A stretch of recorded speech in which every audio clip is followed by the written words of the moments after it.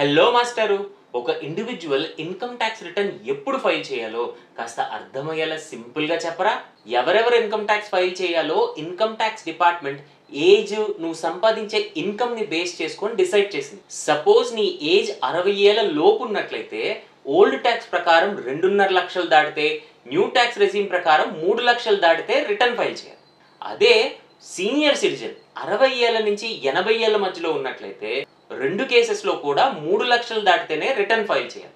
అదే నీ వయసు 80 అంతకన్నా ఎక్కువ ఉన్నట్లయితే 5 లక్షల రూపాయలు ఇన్కమ్ దాటితేనే రిటర్న్ ఫైల్ చేయాలి. రిటర్న్స్ ఏజ్ క్లాసిఫికేషన్ బేస్డ్గానే చేస్తారా? ఇంకెవరు ఫైల్ చేయరా?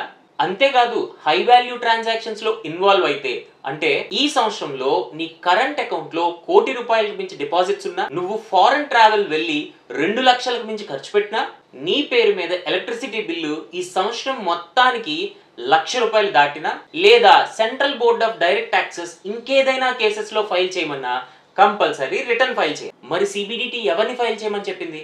నీ పేరు మీద టీడీఎస్ 25,000 అంతకు మించి డిడక్ట్ చేసినా, లేదా సీనియర్ సిటిజన్ అయితే 50,000 అంతకు మించి డైరెక్ట్ చేసినా ఫైల్ చేయాలి. అంతేకాకుండా నీకు ఫారెన్ అసెట్స్ ఉన్నట్లయితే, అంటే నీకు ఫారెన్ లో సైనింగ్ అథారిటీ ఉన్నా, లేదా ఫారెన్ అసెట్ కి సంబంధించి నీకు సోర్స్ ఆఫ్ ఇన్కమ్ వస్తున్నా, నువ్వు compulsory income tax return file చేయాలి.